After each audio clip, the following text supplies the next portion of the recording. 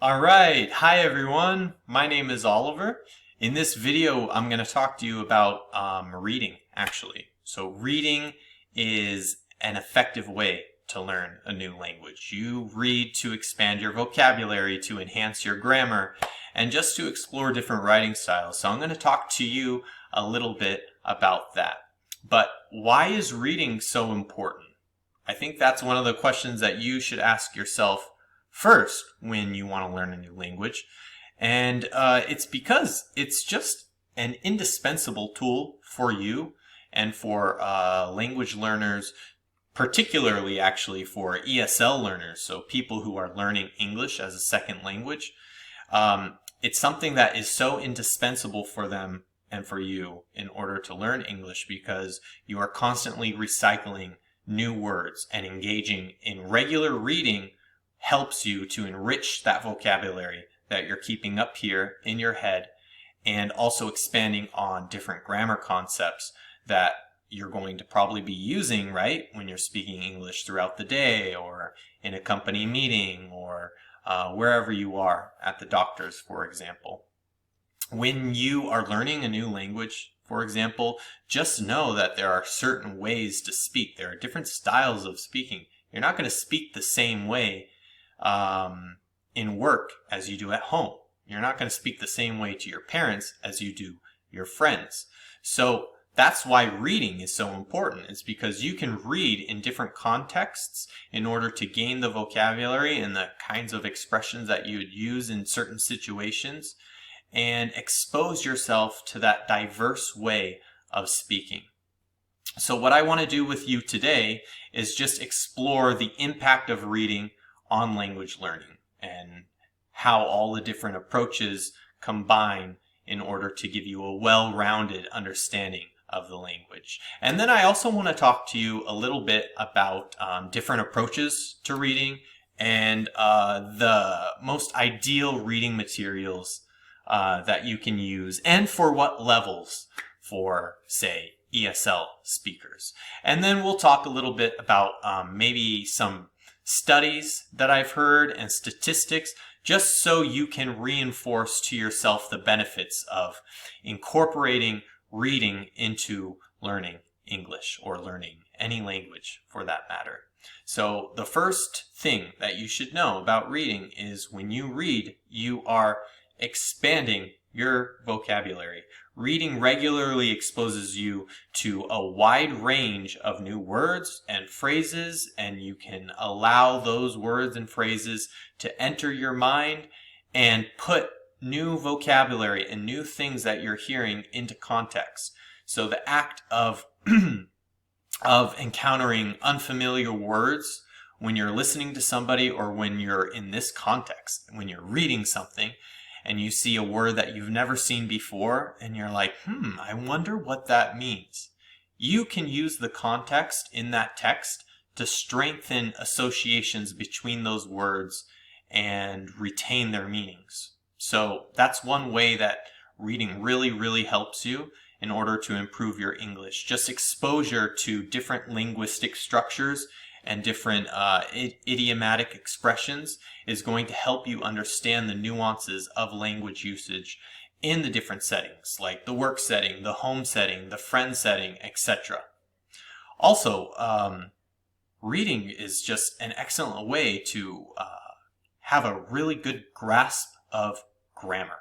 So if you read a lot, and in reading different texts you're speaking out loud, you're going to be reading the grammar correctly, because obviously it's something that's published, it's something that is edited.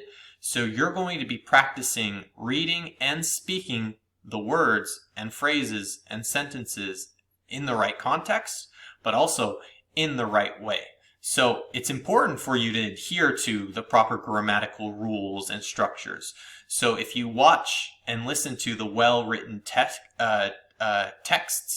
in a book or online or on TV, then you can internalize the correct grammar usage and the correct sentence construction. And then consistent exposure to those sounds is going to assist you in developing this sort of sense of, oh, okay, now I'm getting it. I'm grasping this. It's sort of like a natural language flow of the structure in the language that you're reading or that you're listening to.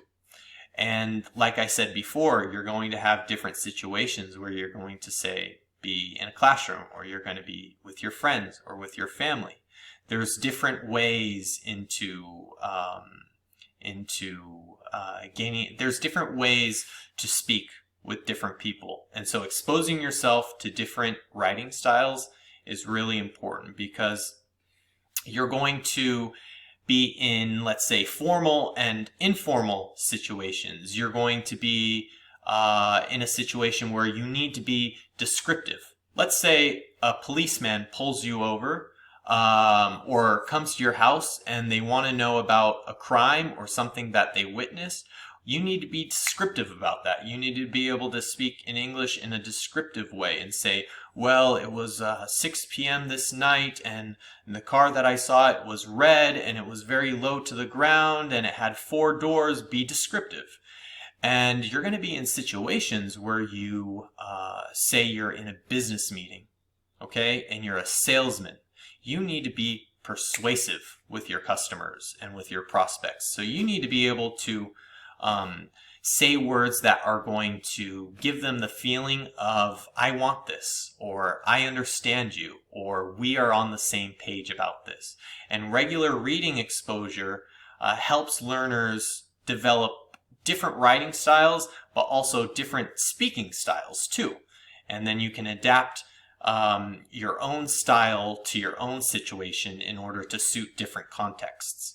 And so it broadens, essentially, your linguistic repertoire. Okay, it makes it more versatile for you to communicate with others. There's different approaches to reading, actually. I read a lot, so I'm always reading a new language book, or I'm reading an article about something. And yeah, there's a lot of different approaches. You can, for example, do extensive reading. I'm having trouble speaking English myself, but extensive reading is something that involves you as the reader getting pleasure and a general sense of understanding of what you're looking at. So you don't have to focus on every small word or small detail in the reading, but overall it's going to help you improve your reading speed, and it's going to help you improve your comprehensive ability and comprehension, and also your vocabulary. Intensive reading, by the way, is when you are meticulously going through the text, and every word that you see that you're just not so sure of, you're going to be examining it and then deciphering it and then writing it down, and what does this mean? Use it in a sentence. You want to understand every word, every phrase, every grammatical structure. And this is a method that is much more suitable for people who are doing like in-depth language analysis or skill development. It's something that if you really want to get to a high level, that's something that you should like look into doing, because if you are reading intensively and you are set on grasping every new word or concept or whatever, then that can help you get from, an intermediate level. That's the difference from an intermediate level to, say, an advanced level. Okay. Another approach to reading is those sort of books that you get. They're called graded readers. At least we call them in English. They're basically books that are specifically written or designed for a different proficiency level in English or your target language. And so you can get those books, and with those books you can study and read the language and increase your proficiency gradually, because the books increase in difficulty and they ensure that you can comfortably comprehend what is going on in the text, and you can also enjoy the content of the book while challenging yourself to constantly be improving in that area. So there's, I would say, different reading materials that you can use for different levels, especially for ESL learners. For example, These are reading materials that are usually tailored specifically to a certain level. Like beginner level, for example, you're going to start off with, like, let's say picture books or children's books. And these are just the basic language materials with clear illustrations, but also with limited text that you're going to use in order to put together apple. Aha, okay, so this image is an apple. So bam, bam, you have a connection right there. That's kind of like the basic level. And then when you move up and you get to an intermediate level, you're going to explore more like the books such as graded readers, that are books written at your level, but gradually get harder and harder for you to make progress. Things like this would be fictional books. Fictional books are a good way of learning a new language, and if you're at this intermediate stage, it's a really good way to boost your confidence and boost your vocabulary. There's a lot of simplified versions, by the way, of classic literature that you can find online, and these are sorts of materials that offer a much more complex vocabulary and sentence structure. And then we have books and reading materials for advanced learners. So if you're an ESL learner, for example, you want to read more authentic textbooks. You want to read things such as newspapers. You want to read magazines. You want to look at novels, nonfiction books, because these are the ones that provide more exposure to native level language usage in various writing styles, okay, and in various situations. So you just got to find the book or the kinds of texts that suit you in that specific niche. Say, you know, you're working at home, or you're with your family, you're with your friends. How do I talk to them like this? That's one way of going about it if you're looking to get to an advanced level. There's a lot of studies and statistics that back up what I'm saying, by the way. So there are studies that show that if you are reading significantly and you are reading intensively, you're going to be improving your vocabulary and grammar and overall language proficiency. And readers who study their words regularly, of course, outperform their peers who do not even engage in a regular reading time or schedule. So I would say just keep up the practice. And there's also other studies that have shown that people who intensively read show a lot of improvement in grammar, like I said, because you're constantly using the grammar in context. And then you'd be able to decipher what a vocabulary word means, because you'd be able to compare it to other words in that context and then go, aha, I know what that means. So in conclusion, I just want to say that it's actually not an easy thing to, you know, go out and get a book and you don't even know like what the book's about or anything like that.